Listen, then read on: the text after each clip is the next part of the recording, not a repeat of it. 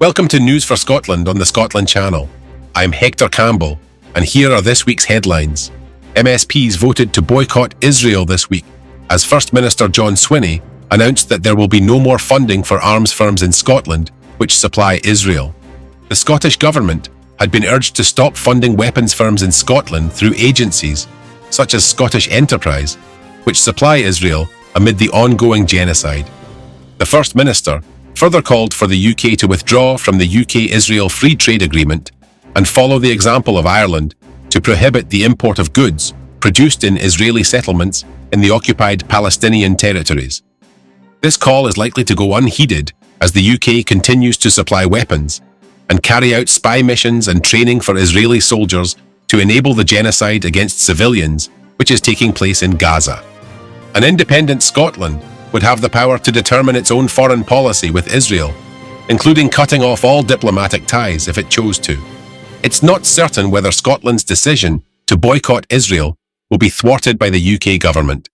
Swinney further announced a £400,000 grant towards a Dundee-based project to provide a rapidly deployable hospital in Gaza designed in Scotland, which can operate in the most challenging environments. It will provide essential surgical, maternity, and paediatric services to thousands of patients every year following the destruction of hospitals throughout the territory. Meanwhile, UK Prime Minister Keir Starmer has refused to offer protection to the UK citizens taking part in a historic aid mission to Gaza. The global Sumud flotilla has begun its journey to the besieged enclave, with the aim of delivering much-needed aid to Gaza's starving population.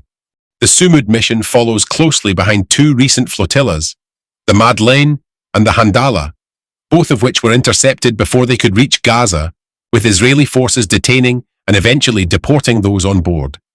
Both vessels were sailing under a British flag, meaning they were under UK jurisdiction. During Prime Minister's questions on Wednesday, the Labour leader said his government would not be offering any protection to the UK civilians taking part in the global Sumud flotilla. Scottish taxpayers will continue to contribute over £100 million annually to the rescue of an English steelworks, which the Labour government in London stepped in to rescue just weeks after letting Scotland's only oil refinery close. The Scunthorpe steel plant in Lincolnshire was on the verge of closing when Starmer's UK government rushed in to save it, despite not lifting a finger to save Grangemouth weeks before, even though they promised they would. Scots taxpayers will also provide similar subsidies for an English oil refinery, Prax, also in Lincolnshire, despite England having 3 other refineries, even though England produces virtually no oil. What oil England does produce comes from former Scottish oil wells secretly transferred to England when the London government changed the maritime border, removing 6,000 square miles of Scottish waters into England in 1999 without telling anybody. UK Chancellor Rachel Reeves met with Grangemouth's billionaire owner Jim Ratcliffe in the same month Grangemouth closed down, but failed to even mention the Scottish site it emerged. The Labour MP for Grangemouth, Brian Leishman, tweeted, "To not even raise the issue is a disgraceful and shameful betrayal to working-class people from the second most influential politician in the land." A spokesperson for campaign group Believe in Scotland said, "This is not a new story. In the 1970s, the Upper Clyde shipbuilders were denied a modest £6 million loan to steady their books by the UK government. Workers, led by Jimmy Reid, staged the legendary UCS work-in to prove the point. It wasn't the workers who had failed Scotland, it was Westminster." Despite some measure of devolution, the same script plays out. Industries that matter to Scotland are expendable. Industries south of the border are saved. Scotland is also suffering from the sell-off of major infrastructure by UK governments that Scotland didn't elect.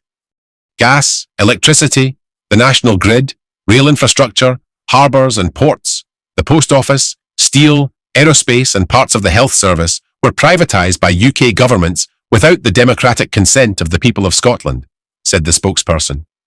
Westminster also tried to privatise Scotland's water, but such was the upsurge of feeling that they didn't dare do so. Now water charges in England are going up, while the water companies there have been underinvested. Westminster has shown us time and again, from UCS to Grangemouth, that Scotland comes second. Independence means Scotland comes first, building the infrastructure our businesses need, creating jobs and investing in our future like every normal country does, he said. Scotland's latest independence hub was officially opened in Prestwick by local SNP MSP Siobhan Brown on Saturday. The hub, located on Prestwick's Main Street, aims to provide a welcoming and vibrant space for anyone who shares a positive vision for Scotland's future. The community space will host meetings, drop-ins, and public events, encouraging collaboration and conversation about an independent Scotland. Siobhan Brown, MSP for Ayr Prestwick and Troon, who cut the ribbon to officially open the hub, hailed it as a fantastic space for local independent supporters to meet in and use. So we're here today in Prestwick and we're for the official opening of the Indie Hub in Prestwick. This has gone on for several months now and there's been so much hard work and dedication by volunteers to make today happen. So it's a rainy day, we've got crowds in here, so it's fantastic to see it finally emerge and be opening up today. Next year, so we've got the elections next year. The Indie Hub is a place for people that support independence, but it's also a place for people that are curious about independence and might really want to come and ask some questions and just find out what we envisage as an independent country. Obviously, I'm SNP.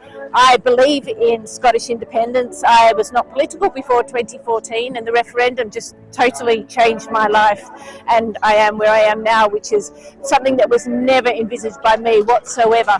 But going into next year with the Holyrood elections, we'll be fighting for every single vote, even to this day when I joined the SNP back in 2014.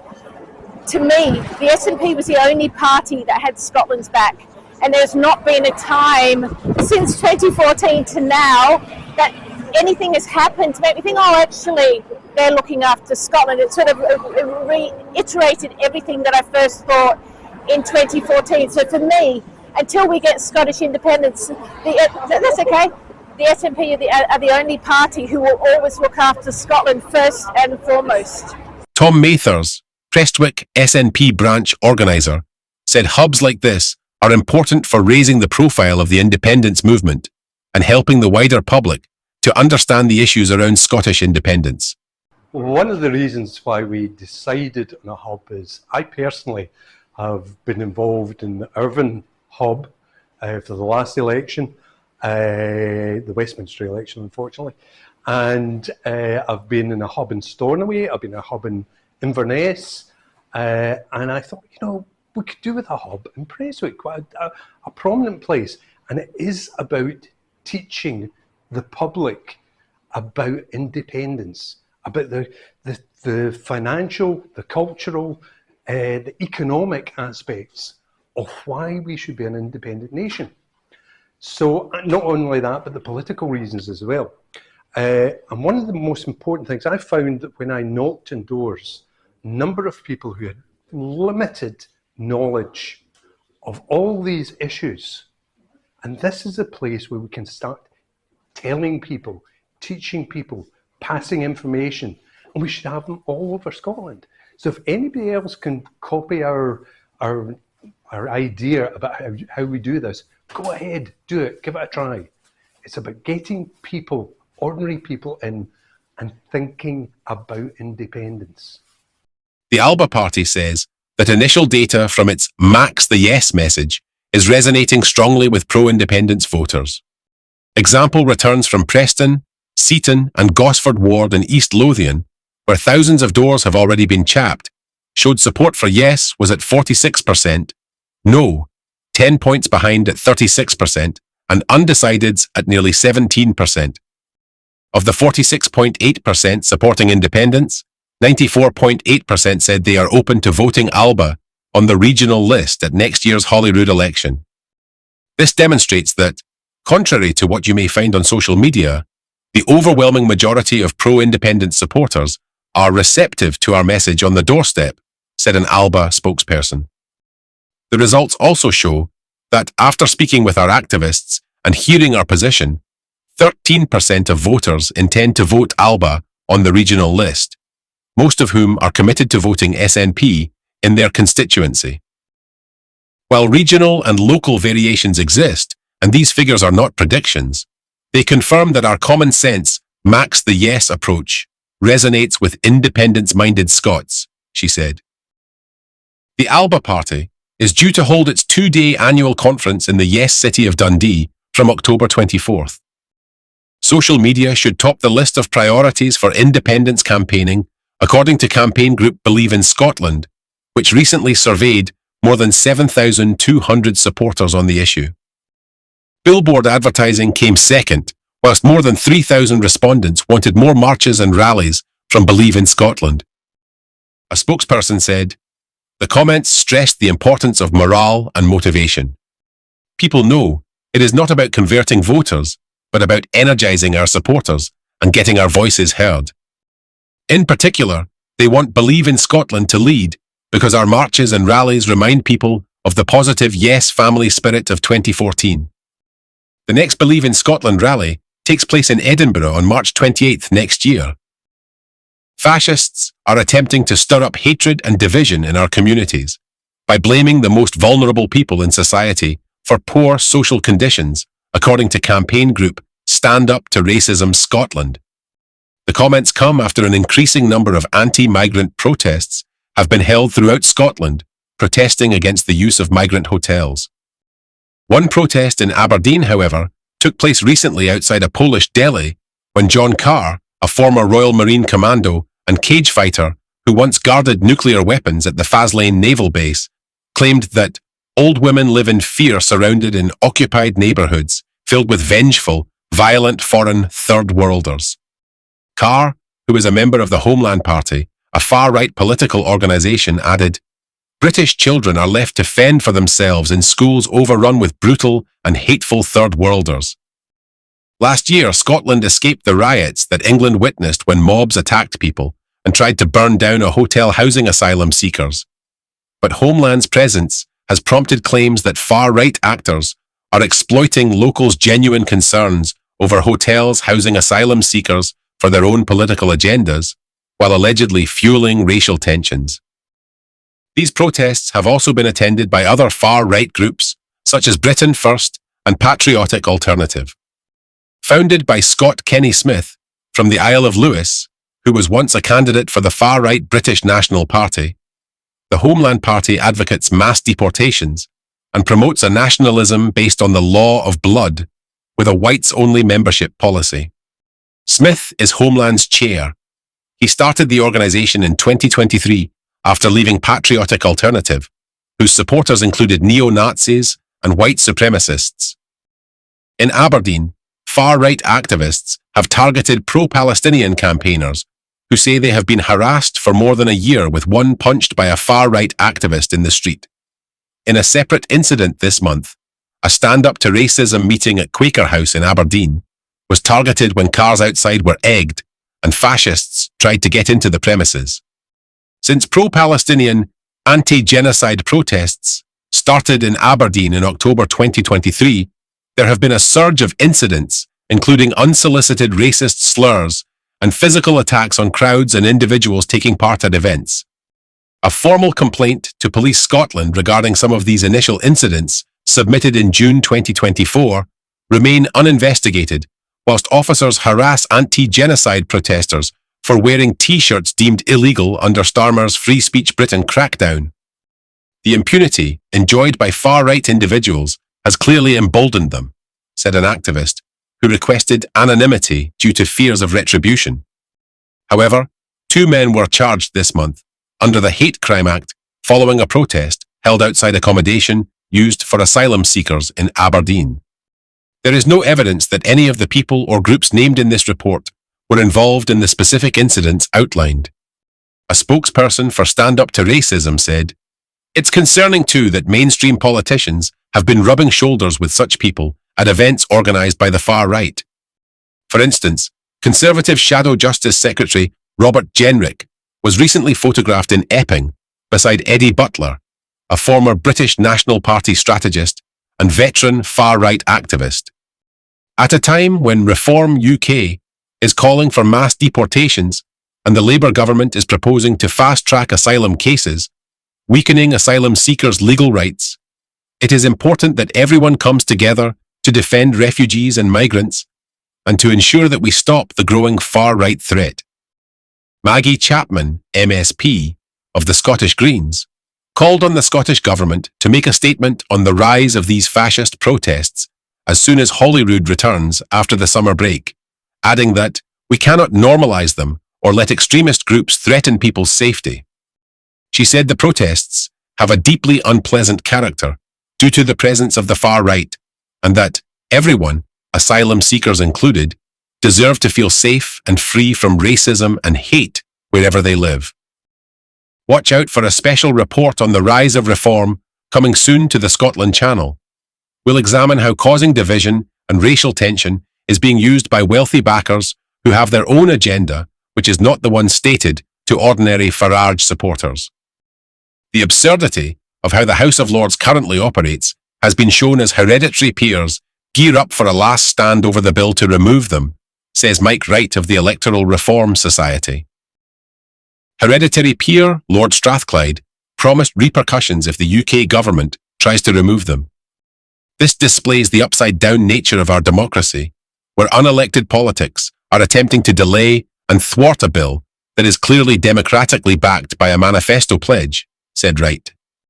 Another row also detonated over the Lords when Nigel Farage recently demanded the right to nominate Reform peers, pointing out that the Greens, who have the same number of MPs as Reform, 4, have 2 peers, and the DUP, which has 5 MPs, has 6 peers. The intervention threw a spotlight onto the arbitrary way peerages are created and dished out, with the Prime Minister effectively able to decide on a whim who gets a job for life in Parliament. At 830 members, the Lords is the second largest legislative chamber in the world after China's National People's Congress. Labour's leader in the Lords, Baroness Smith, outlined government plans to bring those numbers more in line with the 650-member Commons by enforcing mandatory retirement for peers over 80 and sacking those who do not attend or speak enough in the chamber. However, reform of the English House of Lords won't change anything for Scotland. With unelected English Lords and England's 543 MPs against Scotland's 57, Scotland will continue to be massively outvoted, even on issues which have a direct bearing on Scotland. The SNP have become a devolutionist party under the current leadership, according to independence campaigner and Action for Scotland activist Sean Clarkin. It's up to the independence movement to ensure people vote SNP 1 and another independence vote on the list vote, and to make the 2026 vote a referendum on Scottish independence, he said. Voting SNP on both the constituency and list vote will only allow unionists in through the back door. The Scottish National Party have been a devolutionist party ever since Alex Salmond resigned in 2014, since Nicola Sturgeon became leader, and subsequently after that, John Swinney becoming leader. He's a Sturgeonite, and the bottom line is we were all dupes. We had about 8 mandates, and not one of them was taken about Scottish independence. The SNP, the Scottish National Party, are no longer an independence party. They are merely a devolutionist party under the current leadership. So the current leadership would need to change to make it an independence party once again. There would need to be a complete, as Reverend Stuart Campbell has said, there would need to be a complete clean out of the current Sturgeonite leadership, which are in all parts of the party at the leadership level. That would all need to be dumped, and the party focused again on what its original mission was, and that was to deliver independence for Scotland. So people like Alexander Cunningham-Graham, a founder of the party, and others like Wendy Wood, a founder of the party, they would be turning in their graves if they knew what the SNP had turned into, merely a devolutionist party full of careerists that are only in it for what they can get out of it in terms of money, power. They are not focused on independence. They don't want Scottish independence, and that's the problem that we have currently with the SNP. I think it's up to the independence movement, the wider Yes movement, to make sure that everybody is armed to vote one SNP and to vote to another Independence Party, because voting SNP 1-2 will be a complete disaster. We'll only allow unionist parties then on the second vote, on the list vote, and that is committing suicide for Scottish independence. So we need SNP 1, and the second party vote for is ALBA or the Greens or Independence Party for Scotland or whoever is standing for Scottish independence. And that's the way we have to go. And given the fact that this is next year in 2026, I just have to make something very crystal clear. I had been interviewed on Sky Television in October, I think it was last year, and I said back then that I wanted this Operation Branchform to finish so that we can have a clear independence vote in 2026 without this overhanging the election next year, the parliamentary election, Scottish parliamentary election. And I would just say to people that, as far as just to let people know, that Operation Branchform is still very much ongoing, in the sense of that there is a court case coming up that has to be answered. And for anybody to turn around and say that the Branchform was a fabrication, that it was, to say that there was no crime committed, well, that is absolute utter nonsense and is a potential contempt of court. So I would just ask people to be very careful what they say about Operation Branchform, because there is a man about to stand trial, and that is an ongoing case. And people really cannot comment on Branchform or anything around it. They must not make any comments on it. And I just want to bring that. But going forward, I want to see next year's election as a de facto independence election, and that if the majority of votes cast is for pro-independence parties, then we negotiate for Scottish independence, not might be's, not no be's, not we will depend what the Westminster thinks. We go for independence without a referendum. We actually, the referendum is the election itself. We don't need anything else. We just go for independence. We don't ask for permission. We take independence. That's what we need to do.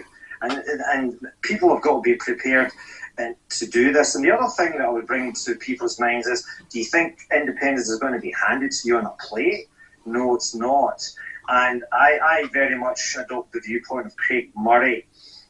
Craig Murray said recently in a public meeting, which I was in attendance at, and I totally agree with him. He says it will not be handed to us. We need to take it. What that means is we need to take control. The Yes movement will need to take control of the streets. We'll need to take control of Scotland. Once we get that pro-independence majority, we have to make that independence happen. We are not going to be standing around waiting for permission from Westminster. We have to take that action, and we have to take to the streets and take control of all the public utilities. We have to make Scotland an independent nation. It's up to the people of Scotland, nobody else. We are sovereign, nobody else. English Labour's Scottish branch leader, Anas Sarwar, has addressed the sexual offence allegations against one of his party's MSPs, Colin Smith. Smith was suspended by Labour and now sits as an independent after he was arrested and charged in connection with the possession of indecent images on August 5th. It also emerged that he faces a charge of hiding recording equipment in Scottish Parliament toilets. It's understood that Scottish Labour suspended Smith on August 18th after becoming aware of his bail conditions, though not the details of the allegations. His Scottish Parliament pass has also been revoked, it is understood. We suspended him the same day we became aware of the seriousness of the allegations, Sarwar said. On August 20th, after news that he had been charged in connection with indecent images, Smith said, "These events have come as a shock, and this is a deeply stressful time. I am obviously cooperating fully with any inquiries and hope the matter can be resolved quickly. I'm not able to comment further at this stage, and in the meantime, I would ask for the privacy of my family and friends to be respected." Meanwhile, Sarwar appears to have called the situation in Gaza a genocide for the first time publicly after he was confronted by a protester during a speech. The Scottish Labour leader was interrupted by an activist during a press event in Glasgow on Monday morning. Footage shows Sarwar admitting, "There is a genocide happening in Gaza." At this, the protester said, "Have you told your party leader? Have you told your party leader that there's a genocide happening in Gaza?" As the protester spoke, Sarwar said, "I believe that Benjamin Netanyahu is a war criminal." His comments put him at odds with his UK boss, Keir Starmer, who has avoided calling Israel's destruction of Gaza and the mass slaughter of civilians a genocide. The UK is not only helping Israel with spy flights over Gaza and supplying military parts and weapons, but is also training Israeli soldiers in Britain, contrary to the 1951 UN Convention on the Prevention and Punishment of the Crime of Genocide. First Minister John Swinney called the catastrophe in Gaza a genocide for the first time publicly at the beginning of August, also after being interrupted by protesters. Pub chain JD Wetherspoon have banned Scottish banknotes in its English pubs that emerged this week. Staff have been told not to accept Scottish £20 or £50 notes after the Bank of England warned of a large number of fake Scottish notes circulating. The banning of Scottish £20 and £50 notes does not apply in Scottish branches of Wetherspoon. Despite Scotland being part of the UK, Scottish notes are not legal tender in England. However, contrary to popular belief, English notes are not legal tender in Scotland. While not technically legal tender in Scotland, Bank of England notes are generally accepted in shops and other businesses in Scotland as a form of payment.